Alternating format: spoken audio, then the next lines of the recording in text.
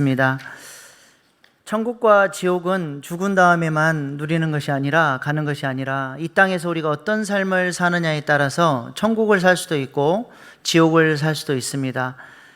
이 시간에 잠깐 영상으로 천국의 삶과 지옥의 삶이 어떤 것인지를 잠깐 보는 시간 갖겠습니다.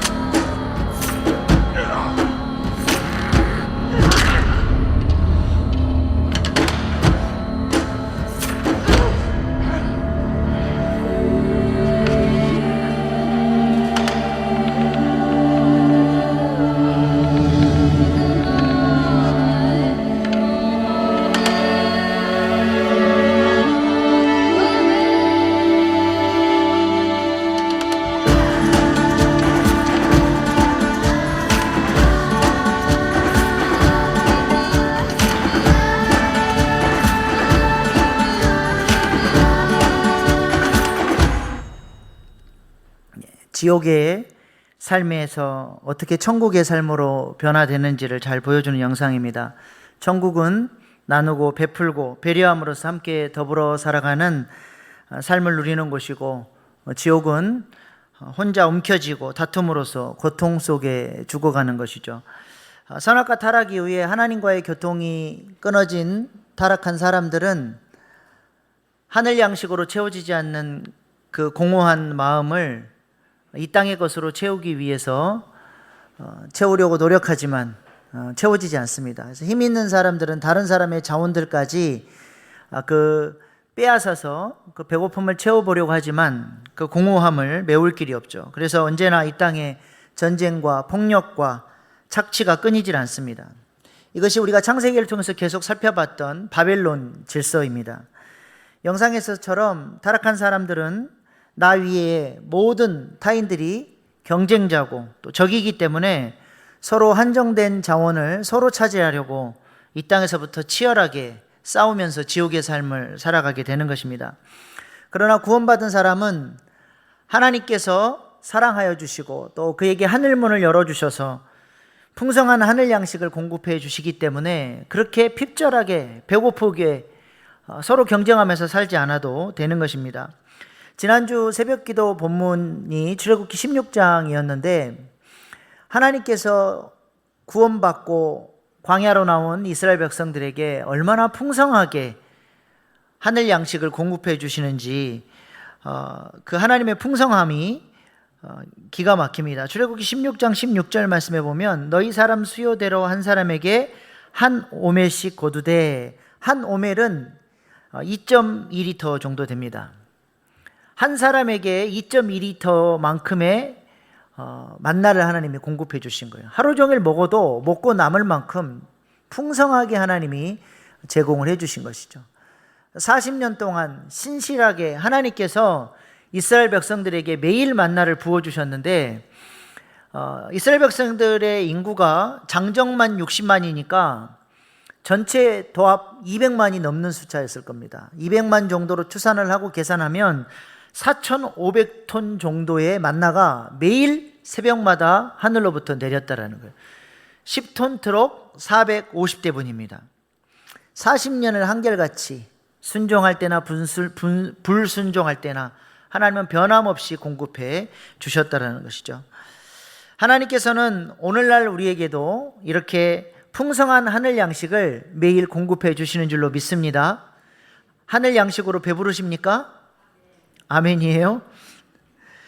하나님의 은혜와 공급이 없는 게 아닙니다. 오늘날 우리에게도 하나님께서 매일 그렇게 은혜를 주시는데 문제는 뭐냐? 이스라엘 백성들이 매일 부어주시는 만나를 거두기 위해서는 새벽에 일어나서 해 뜨기 전에 거둬야 하는 수고를, 만나를 사모함으로써 나아가는 수고를 해야 합니다. 마찬가지예요. 우리도 시간을 구별하고 하나님께서 부어주실 은혜를 사모하고 그렇게 주님의 은혜 앞으로 나아가야 되는데, 이러한 구별된 시간, 은혜를 사모하는 영성생활이 없다 보니까 하나님의 백성임에도 불구하고 바벨론 질서 아래 살아가는 사람들처럼 늘 배가 고파요. 기쁨이 없고 만족이 없고, 그래서 세상의 것으로 채워보려고 이리 기웃 저리 기웃, 하나님의 백성임에도 그렇게 핍절하게 살아가는 성도들이 있다라고 하는 것입니다. 하나님은 우리에게, 하나님의 백성들에게 무엇을 원하시느냐?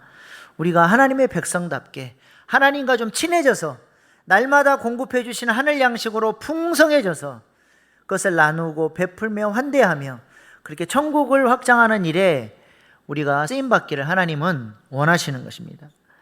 그래서 하나님은 구원받아서 하늘 양식을 공급받고 살아가는 이스라엘 백성들에게 시내산에서 언약을 맺으면서 이렇게 명령하셨습니다.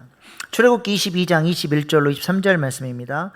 너는 이방 나그네를 압제하지 말며 그들을 학대하지 말라. 너희도 애굽 땅에서 나그네였음이라. 너는 과부나 고아를 해롭게 하지 말라. 내가 만일 그들을 해롭게 함으로 그들이 내게 부르짖으면 내가 반드시 그 부르짖음을 들으리라. 하나님께서 먼저 이스라엘 백성들을 환대해 주셨죠. 하나님의 사랑을 받을 근거가 전혀 없는 이스라엘 백성들을 하나님께서 바로의 압제 아래서 환대하여 건져내시고 그들에게 하늘 양식을 풍성하게 제공해 주셨습니다. 너희가 그런 환대와 사랑을 받았으니 너희는 마땅히 너와 같이 종살이하고 압제당하고 고통 가운데 있는 사람들을 너희가 당했던 그 아픈 마음을, 그 국률한 마음을 가지고 그들을 사랑하고 도우며 환대하며 살아야 한다라고 명령하시는 것입니다.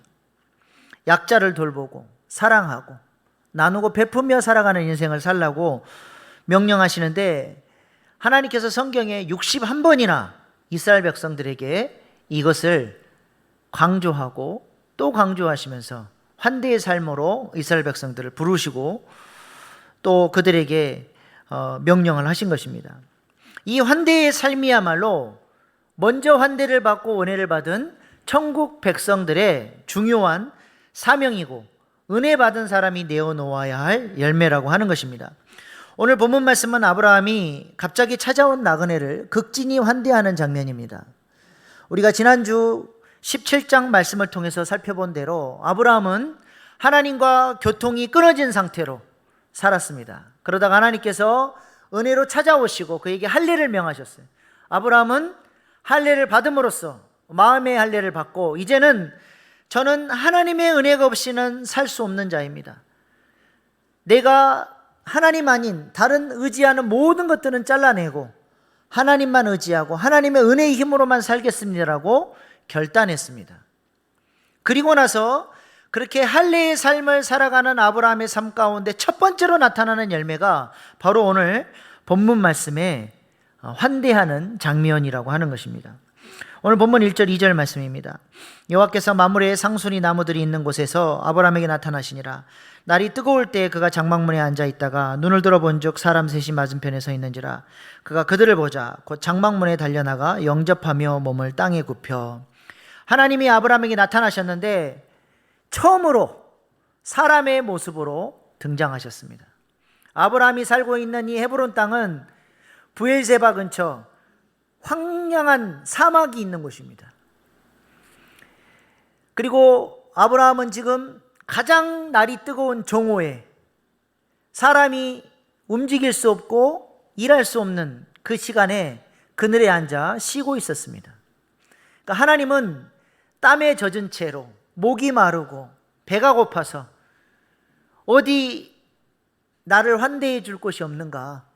누가 나에게 먹을 것을 줄 사람이 없는가?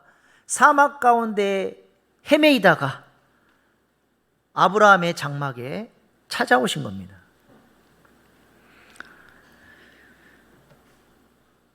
육신을 입고 아브라함의 눈앞에 나타났는데 한 분은 여호와 하나님이고 두 사람은 천사들이었습니다. 아브라함은 그들이 하나님과 천사인지를 알아보지 못했습니다. 본문 3절 말씀 때문에 많은 사람들이 아브라함이 하나님인 줄 알아본 줄 깨달은 하나님이시라고 인식한 것으로 생각을 하는데, 하나님은 사람의 몸을 입고 자기가 하나님이라는 것을 감춘 채 지금 아브라함에게 등장을 하신 거예요. 여기서 주라고 하는 단어는 하나님께 쓰는 단어이긴 하지만 당시 문화에서 나이가 많거나 존중해야 될 사람에게 늘 썼던 그런 단어입니다.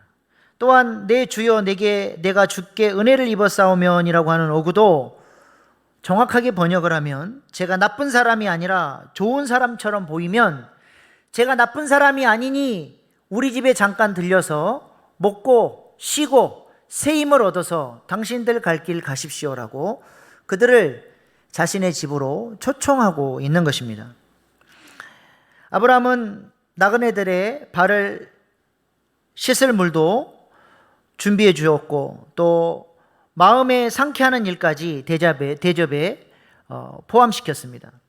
전혀 알지 못하는 그들이 누구인지 혹 그들이 적인지 그들의 정체를 알지 못하지만 그들이 지금 처한 딱한 상황 속에서 아브라함은 그들을 반갑게 맞아들이고 가장 좋은 음식으로 가장 시원한 곳에서 겸손하게 그들을 섬겨줍니다. 오늘 본문 4절 5절 말씀입니다. 물을 조금 가져오게 하사 당신들의 발을 씻으시고 나무 아래서 씻어서 내가 떡을 조금 가져오리니 당신들의 마음을 상쾌하게 하신 후에 지나가소서.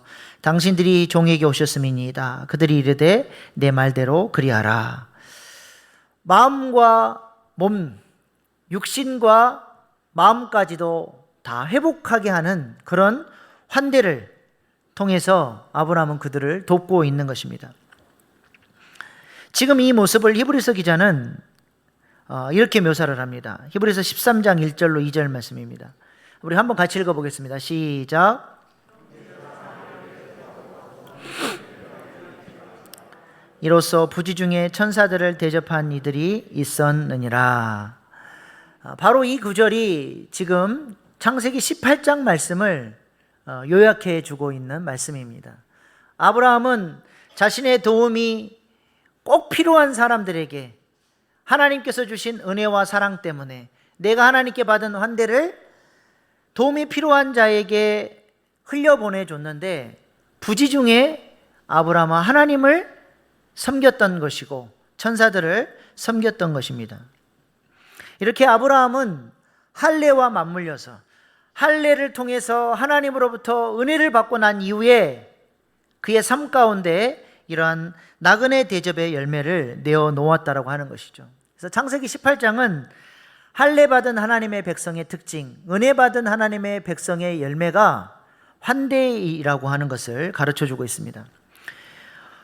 여기 히브리서 13장에 보면 나그네 대접이라고 하는 단어가 나오는데 히라버 필로크세니아라고 하는 단어입니다.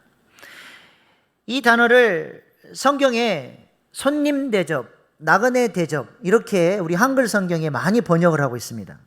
근데 사실 이 단어를 가장 적절하게 번역할 수 있는 단어는 환대입니다. 영어 성경에도 hospitality, 환대로 번역을 하고 있습니다. 이것을 나그네 대접이나 손님 대접으로 번역을 하면 이 필로크세니아가 갖고 있는 그 단어의 풍부한 의미가 많이 축소가 돼요. 여러분, 손님 대접 그러면 무슨 생각이 드세요? 우리 집에 온 손님을 잘 대접해 주는 것으로 생각을 하시는 거죠. 또 뭐 가난한 사람이나 또 길거리에서 거린을 만났을 때 그에게 호의를 베풀어 주는 것 정도로 환대를 생각을 하는 겁니다. 그러나 성경이 말하는 필로크세니아 환대는 단순히 누군가를 돕는 수준을 말하지 않습니다. 이 단어 필로크세니아는 필로스와 크세노스의 합성어입니다. 필로스는 사랑이라는 뜻이고 크세노스는 낯선 자라고 하는 뜻이에요. 그래서 단어적 의미 자체가 뭐냐면 낯선 자를 사랑하는 게 환대입니다. 낯선 자가 그러면 누구예요? 우리는 모르는 사람, 처음 보는 사람, 우리 집에 처음 찾아온 사람, 이런 사람을 낯선 자라고 생각하는데 낯선 자는 뭐냐면 내 마음 안에 그 사람의 자리가 없는 사람이 낯선 자입니다. 그러니까 낯선 자는 처음 보는 사람도 물론 낯선 자이지만 이미 우리가 알고 있지만 그 사람의 가치, 그 사람의 존재를 내 마음 안에, 내 마음의 자리 안에 받아들이지 않고 그 사람을 사랑하지 않고 밀어내면 그 사람은 나에게는 낯선 자인 거예요. 그래서 낯선 자는 모르는 사람만 낯선 자가 아니라 우리 교회 안에 지체들 가운데도 나에게는 낯선 자가 있는 거예요. 심지어는 우리 가정, 친척들 안에도 낯선 자가 있어요. 명절이 되면 그 인간 안 보고 싶은 거예요. 내 마음 안에 그 사람의 자리가 없는 사람이 바로 낯선 자인 것입니다. 그래서 성경이 말하는 환대는 뭐냐면 그 낯선 자, 내 마음 안에 자리를 내어줄 수 없는, 물론 이유가 있죠. 그래서 그 사람을 받아들이지 못하는 그 모든 장애물들을 걷어내고 내 마음 안에 자리로 그 사람을 모셔드리는 것이 환대입니다. 그래서 이데올로기도 내려놓고 그 사람의 인종이나 그 사람의 소유가치나 그 어떤 것을 그 사람이 갖고 있다고 하더라도 그런 모든 것들을 불문하고 그 사람을 내 마음으로 받아들여주는 것, 그게 바로 환대인 것입니다. 오늘 본문 말씀의 아브라함의 환대를 생각해 보시기 바랍니다. 누군지도 모르는 나그네를 받아들이고 아브라함은 그 가정에 가장 상석에 그를 앉히고 그들을 존대하며 환대했다라고 하는 것입니다. 예수님께서도 이러한 환대의 모범을 우리에게 보여주지 않았습니까? 그 대표적인 사건이 바로 오병이어 사건입니다. 예수님께서는 빈들에 앉아있는 백성들을 때를 지어 앉히셨는데 그 원어적 의미, 백성들을 때를 지어 앉혔다라는 그 의미가 뭐예요? 심포지움을 위해 기대어 눕게 했다라는 거예요. 유대인들에게 있어서 심포지움은 저런 겁니다. 기대어 누워서 음식을 먹는 잔치인데 저 잔치 자리는 아무렇게나 앉을 수 있는 것이 아니고 상석이 있어요. 가운데가 상석이고 그 주변으로 서열에 따라서 쭉 앉아지는 거예요. 그래서 잔치만, 심포지움 잔치만 참여해도 이곳에 모인 사람들의 서열을 한눈에 알아볼 수가 있는 거예요. 그리고 저렇게 기대어 누워있는 사람들은 높은 사람들이고 저들의 발을 닦아주고 음식을 서빙하는 사람들은 누구예요?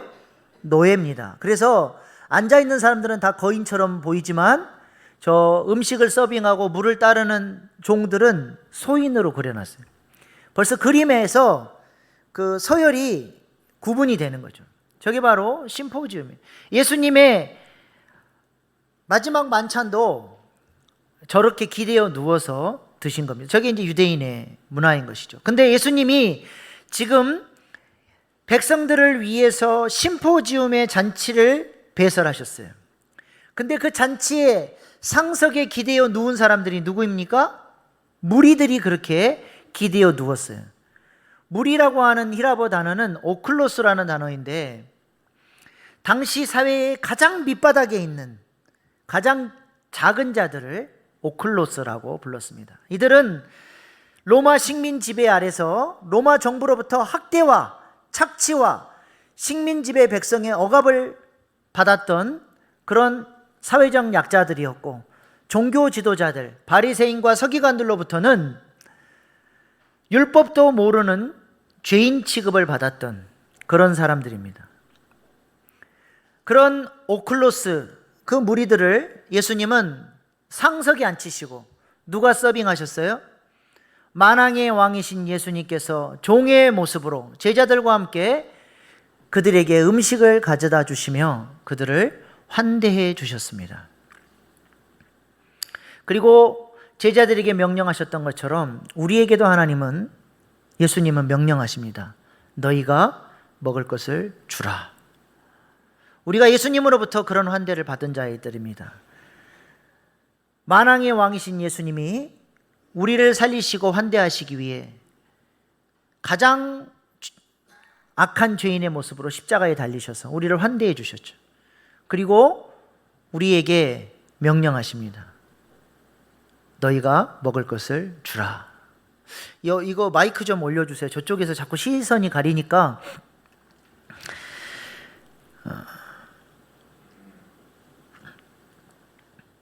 이것이 예수님께서 우리에게 보여주신 환대 사역이고 종의 모습으로서의 섬김인 것입니다. 여러분 잘 알고 계시는 독일의 사선 총리를 역임했던 메르켈 총리를 잘 아시죠? 이분은 독일 교회가 낳은 아주 귀한 열매입니다. 메르켈 총리의 아버지는 목사님이셨습니다. 원래 소독 사람이지만 동독 사람들을 섬기기 위해 동독으로 넘어가서 소외되고 가난한 사람들을 위해 사랑의 수고와 헌신과 환대의 삶을 사셨던 분입니다. 그러한 영향력 아래 자란 메르켈 총리는 기독교 사상을 가지고 나라를 이끌었습니다. 그 대표적인 사건이 바로 시리아 난민들을 무조건적으로 환대하는 정책이었습니다. 시리아 내전으로 수많은 난민들이 배를 타고 지중해를 건너서 유럽으로 넘어왔습니다. 그러나 대다수 유럽 국가들이 이 시리아 난민들을 적대시하고 마치 무슨 죄인이나 된 것처럼 그들이 국경을 넘지 못하도록 단속을 강화하고 막았습니다. 그러다 보니까 지중해의 이 난민들이 어디 정박할 곳을 찾지 못하고 결국 물속으로 가라앉아서 많이 죽게 돼요. 그러면서 일어난 사건이 쿠르드이 사건입니다. 3살짜리 시리아 난민 아이가 바다에 빠졌는데 그 시신이 그리스 해변으로 떠밀려 온 것이죠. 저 사진 한 장 때문에 온 세계 사람들이 이 시리아 난민의 아픈 상황을 깨닫게 되고 또 관심을 갖기 시작했습니다. 그럼에도 불구하고 많은 유럽 국가들은 재정적인 부담, 또 사회적인 혼란, 또한 테러리스트들이 난민으로 가장해서 혹여라도 나라 안에 들어올까 봐 그들의 입국을 거절했습니다. 모두가 주저하고 있을 때 그럼에도 불구하고 그런 어려움이 있지만 독일은 메르켈 총리의 환대 정책을 따라서 난민들을 무조건 수용하기로 결정을 합니다. 사진 보여주세요. 독일 난민 현황 사진입니다. 다른 나라들과 비교도 안 될 만큼 독일이 수많은 난민들을 받아들이고 있죠. 그래서 홈이라는 많은 난민들의 가정, 따뜻한 집이 독일이 되어주고 있는 것입니다. 다음 사진 보여주십시오. 독일 국민들이 독일로 들어오는 난민들을 환영하는 플랜카드를 가지고 밝은 미소로 그들을 환영하고 또 난민 소녀가 독일 사랑합니다. 이렇게 감사의 마음을 표현하는 장면입니다. 우리 모두가 다 한 지구 안에 한 지구촌 가족이라고 하는 것이죠. 이 지구라고 하는 땅덩이를 누가 내 거라고 소유할 수 없다라는 것이죠. 지역과 경계를 나눠놓고 이건 나만 누려야 되고 너는 들어오면 안 되고 그게 아니라 우리 모두는 지구촌 한 가족이니까 너희도 독일 땅에 들어와서 이 땅에서 사람답게 살 수 있는 권리가 있음을 그들에게 인정해주고 사랑을 베풀어 주는 것입니다. 이것을 독일 교회가 앞장서서 주도적으로 행했고 독일 교회의 아름다운 열매인 메르켈 총리가 이 일을 이뤄낸 것입니다. 이것이 독일 교회의 영향력이고 수준인 것이죠. 그렇다면 우리에게도 한번 눈을 돌려보십시다. 우리가 마땅히 환대해야 할 사람들은 누구입니까? 우리 교회가 환대해야 될 대상들은 누구입니까? 그 대상이 많지만 분단된 조국 현실 앞에서 이 땅에 와 있는 탈북민들을 한번 생각해 보십시다. 우리 교회가 탈북민 교회와 자매 결연을 맺고 후원을 하고 있지만 여러분의 마음속에 탈북민들의 자리가 혹시 있으십니까? 이 땅에 와 있는 탈북민들을 환영하고 그들을 우리가 사랑해 줌으로써 미리 하나님이 통일을 준비하라고 탈북민들을 이 땅에 보내주셨는데 이 보내준 탈북민들을 얼마나 차별하고 무시하고 깔보는지 많은 수의 탈북민들이 한국에 들어왔다가 다시 다른 외국으로 나갑니다. 100명 중에 10명이 그렇게 한대요. 지난주 한국통일부 웹사이트를 보니까 탈북민 숫자가 33,826명입니다. 그 중에 10%는 한국 땅을 떠나고 있는 것입니다. 왜 이렇게 많은 탈북민들이 한국을 떠나느냐? 돈이 없어서가 아니라, 살기 힘들어서가 아니라 한국 사람들의 경멸스러운 눈초리와 차별 때문에 견딜 수가 없어서 떠난다는 것입니다. 한국을 떠난 탈북민의 인터뷰 내용입니다. 사회적 정서라는 게 굉장히 중요합니다. 같은 민족인데 배타주의 민족 정서가 있어서 탈북민들을 삼류인으로 취급하는 경향이 강합니다. 그러니까 탈북민들 속에서 이렇게 생각합니다. 말이 통하는 데서 차별받는 것보다 말이 안 통하는 곳에서 차별받는 게 더 낫다. 욕을 먹어도 못 들으니까 스트레스를 안 받는다 이야기합니다. 외국에서는 탈북민으로 자신들을 보지 않고 같은 아시아인으로 보기 때문에 아시아인으로서 좀 차별을 받아도 탈북민이라고 차별받지는 않으니까 그게 훨씬 낫다라는 것이죠. 탈북민 자녀들도 마찬가지입니다. 자기만 내가 차별받는 것은 괜찮은데 아이들까지 차별을 받고 왕따를 당한다는 겁니다. 지난 2011년 캐나다로 떠난 탈북민 A씨는 이렇게 고백합니다. 내가 차별을 받는 것은 참을 수 있지만 우리 어린아이들이 차별받는 것은 정말 힘들더라고요. 탈북민들이 이러한 차별 때문에 이 땅을 떠나고 있는 것입니다. 이 땅의 탈북민도 우리가 품지 못하는데 어떻게 통일을 꿈꿀 수 있겠습니까? 탈북민들은 고사하고 지금 한국 사회를 한번 생각해 보시기 바랍니다. 젠더 갈등, 세대 갈등, 이데올로기 갈등, 지역 갈등, 이런 수많은 갈등들로 나라가 갈갈이 찢기고 서로가 서로를 혐오하며 나누어져 있습니다. 이렇게 갈라져 버린 한국 사회를 통합시키는 일에 한국 교회가 앞장서야 되는데 교회마저도 이념 갈등을 부추기고 있는 상황입니다. 베를린 장벽이 무너지고 독일 교회가 했던 놀라운 일은 많은 대중들이 공산당원들, 그 다음에 그 동독의 핵심 세력들을 향한 대중적인 분노였습니다. 인민재판을 하려고 하죠. 그들을 다 돌로 쳐 죽여야 한다는 것입니다. 그러한 분노와 폭력이 독일 땅을 덮으려고 했을 때 독일 교회가 앞장서서 나라의 안정과 사랑과 용서와 비폭력을 주도했습니다. 동독의 독재자였던 에리 호네커 그리고 그의 아내 마구트 호네커는 많은 사람들의 혐오의 대상이 되었고 테러의 대상이 되었습니다. 이때 한 교회 목사님이 자신의 집으로 이 둘을 환대하며 불러주셨고 그들을 보호함으로써 성난 대중들의 인민재판을 막아줬습니다. 이 에리 호네커는 베를린 장벽을 세운 압제자입니다. 그리고 그의 아내 마고트는 교육부 장관으로서 모든 공산교육을 시키며 무신론을 가르쳤던 그런 사람인데 목사님들이 앞장서서 보호해 줌으로써 독일 교회가 환대신학적 이 신학을 가지고 독일 사회 안에 용서와 화해와 사회적 통합을 이루는 일에 교회가 쓰임받게 된 것입니다. 이런 모습이 우리 한국 교회가 정말 배워야 할 모습이라고 생각을 합니다. 한국 사회만 그렇습니까? 우리 교회는 어떠합니까? 우리 교회 안에도 우리가 조금만 마음을 열고 바라보면 환대해야 할 대상들이 많이 보입니다.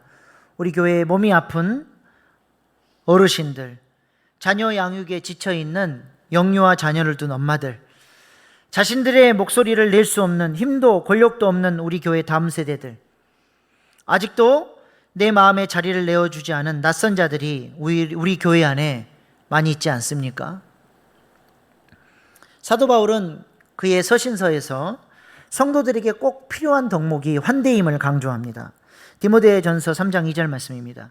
그러므로 감동은 책망할 것이 없으며 한 아내의 남편이 되며 절제하며 신중하며 단정하며 나그네를 대접하며 가르치기를 잘하며. 나그네를 대접한다, 저게 필로크세니아, 바로 환대를 말합니다. 교회의 영적 지도자가 될 사람은 반드시 사람들을 환대하는 사람이어야 한다는 것이죠. 교회 안에 자기 자리를 잡지 못하는 사람들, 교회 공동체 안에 낯선 자들을 사랑하고 마음을 내주고 따뜻하게 대하는 은혜의 열매가 있는 사람이 영적 리더라고 하는 것입니다. 이런 환대가 가능하기 위해서는 타인을 쉽게 판단하려고 하는 그런 우리 마음 안에 있는 교만을 멈춰야 합니다. 현상학적 심리학자인 에드먼트 후설은 사람과의 관계에서 에포케가 중요함을 강조했습니다.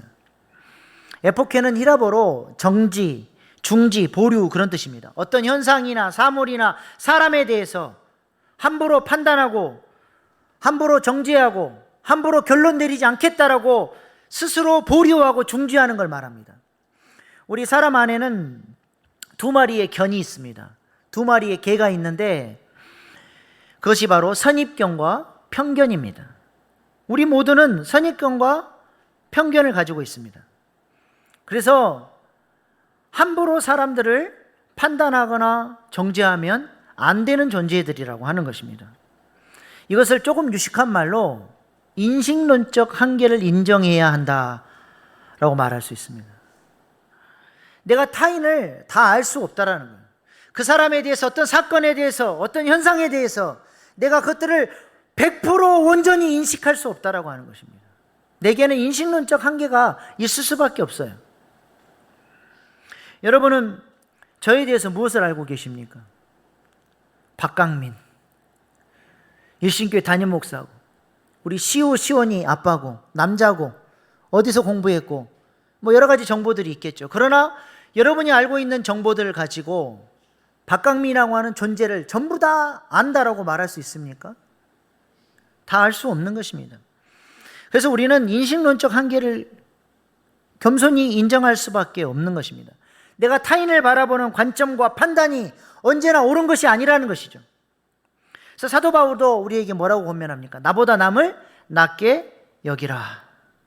우리가 늘 가져야 할 마음은 그래서 내가 아는 것보다 저 사람은 훨씬 훌륭한 분이고 훨씬 깊이가 있고 훨씬 고상하고 아주 수준 높은 사람이라고 하는 것을 인정할 줄 아는 그런 겸손한 마음, 환대의 마음이 있어야 하는 것입니다. 우리 옆에 계신 분들에게 한번 고백 한번 해보십시다. 제가 아는 것보다 당신은 훨씬 훌륭하신 분이십니다. 존경합니다.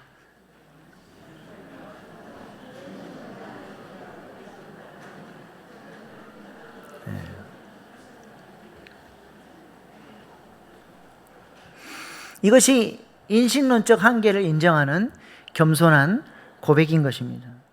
몇 가지 사실과 경험으로 저 사람은 저런 사람이야. 하나님이 아주 싫어하십니다. 우리 예수님께서도 비판하지 말라 말씀하셨어요. 그러므로 우리는 하나님의 형상을 소유한 사람들을 존대하고 귀하게 여기고 누구든지 존귀하게 여길 수 있기를 소망합니다. 제가 여러 번 반복해서 강조하는데 우리가 십자가의 고난에 동참하는 것은 멀리 있고 아주 큰 것이 아닙니다. 사도 바울은 빌립보서 1장에서 우리가 은혜를 받았으니까 이제 예수님의 남은 고난에 동참하자 이야기하면서 2장에 뭐라고 말씀했습니까? 마음을 같이하여 같은 사랑을 가지고 뜻을 합하여 한 마음을 품어 아무 일이든지 다툼이나 허용으로 하지 말고 오직 겸손한 마음으로 각각 자기보다 남을 낮게 여기고 각각 자기 일을 돌볼 뿐더러 또한 각각 다른 사람의 일을 돌보아 나의 기쁨을 충만하게 하라. 십자가의 고난에 동참하는 것이 뭐냐? 교회 생활이라는 거예요. 지체들을 사랑하고 환대하고 마음의 자리를 내어주고 남들이 하기 싫어하는 그 섬김의 자리에 내가 먼저 들어가서 섬기고 그렇게 겸손히 교회를 섬겨나갈 때 그것이 바로 그리스도의 고난에 동참하는 것이고 주님의 마음을 기쁘게 해드리는 일이라는 것입니다. 우리가 그렇게 작은 자들을 환대하고 섬길 때 그것이 곧 주님을 섬기는 것이 되고 하나님을 섬기는 것이 되는 것입니다. 아브라함은 부지 중에 하나님을 그렇게 섬긴 자가 된 거예요. 예수님도 이렇게 말씀하십니다. 마태복음 25장 40절 말씀입니다.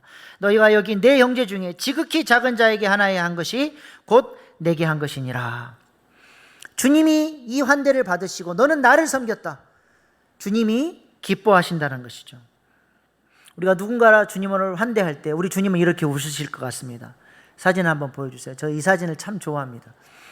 우리 교회가 이렇게 주님의 얼굴에 이러한 웃음을 드릴 수 있는 교회 될 수 있기를 소망합니다. 마지막으로 휠체어를 타는 장애인이지만 여러 중증 환자들을 위로하고 돕는 일을 하고 있는 위라클 대표 박이 형제의 간증을 듣고 오늘 말씀을 마치겠습니다. 유튜브 위라클 채널을 운영하고 있는 박위라고 합니다. 제가 약 5년 전에 굉장히 취업난이 어려운 시기에 회사에 취직을 하게 됩니다. 그때 저는 제 인생이 완전히 다 풀렸다고만 생각했던 것 같습니다. 그래서 저는 일주일 동안 일한 저에게 항상 주말에 세상적인 쾌락으로 저에게 보상을 주었어요. 술을 마시고 클럽도 가고. 제가 6개월 동안 인턴 생활을 하고 정직원 전환이 되었거든요. 갑자기 이제 정직원이 되니까 너무 기뻤어요. 그래서 친구들과 또 축하 파티를 열게 됩니다. 그날 제가 술을 마시고 필름이 끊기게 됩니다. 딱 눈을 떴는데요, 천장이 하얀 거예요. 중환자실이었어요. 제 몸이 보이는데 아무것도 안 느껴지고 움직일 수가 없는 거예요. 낙상 사고로 인해서 목이 완전히 부러졌어요. 그래서 척수신경이 완전히 손상이 됩니다. 제 목을 수술하신 선생님께서 저한테 이렇게 말씀하셨어요. 앞으로 영원히 걷지도 못하고 손가락도 쓸 수 없을 겁니다. 그렇게 저는 전신마비가 하루아침에 되었습니다. 저는 제 자유의지로 술을 마시고 다쳤습니다. 그래서 저는 한 번도 하나님을 원망해 본 적이 없었어요. 그런데 제가 장애를 갖고 살아가면서 세상에 너무 힘든 사람들을 많이 봤습니다. 하나님은 공평하다고 하는데 제 눈에는 세상이 하나도 공평하지 않은 거예요. 자기 의지랑 상관없이 태어날 때부터 장애가 있고 또 수많은 요인으로 인해서 고통받는 사람들, 전 하나님께 따졌습니다. 왜 그 사람들 그렇게 내버려 놓으시는 거예요? 아니 공평하신 하나님이시라는데 그 사람들 어떻게 해요? 그 질문을 한 걸 까먹고 살다가 한 3일이 지났어요. 화장실에 있는데 갑자기 마음으로 딱 떠오르는 거예요. 위야, 너가 가서 그 사람들 사랑하면 되잖아. 충격이었습니다. 반문할 수가 없는 거예요. 저는 여태까지 사랑해야 될 대상은 내 가족, 내 친구, 주변인들이라고 생각했어요. 근데 하나님은 내 주변인들을 넘어서 너가 생각하는 그 사회적 약자들, 네가 가서 사랑하라는 거예요. 그러면서 하나님께서 저한테 사랑에 대한 원리를 깨닫게 해주셨습니다. 여러분, 우리는 지금 사실 돈이면 다 되는 자본주의 사회에서 살고 있죠. 그런데 여러분, 사랑은 돈이 없어도 줄 수 있습니다. 다리를 쓸 수 없고 손가락이 완전하지 않는 저도 당신을 사랑하기로 마음을 먹으면 사랑할 수 있습니다. 우리가 사랑하기로 마음을 먹으면 사랑할 수 있더라고요. 저는 그게 너무 충격적이었어요. 세상의 가치가 수반되지 않더라고요. 그게 하나님의 사랑이었습니다. 저는 다치기 전에는 별로 감사하면서 살지 못했던 것 같습니다. 근데 제가 전신마비가 되고 걸을 수 없게 되고 내 손으로 밥 먹을 수 없게 돼 보니까요, 예전에 내가 당연하다고 생각했던 그 일상들이 너무나 감사한 삶이더라고요. 지금 여러분의 삶 속에서 지금 이 숨 쉴 수 있는 상황, 걷고 손으로 밥 먹고 지금 이 시간들이 기적의 시간이라는 것을 여러분들께서 꼭 느끼셨으면 좋겠습니다. 하나님이 주신 은혜가 있으니까 자신보다 더 불행한 사람들을 환대하고자 하는 마음이 생겼다는 것입니다. 우리에게도 하나님께서 날마다 풍성한 은혜를 주십니다. 이 은혜를 가지고 환대의 은혜의 열매를 내어놓는 저와 여러분 될 수 있기를 소망합니다. 기도하겠습니다.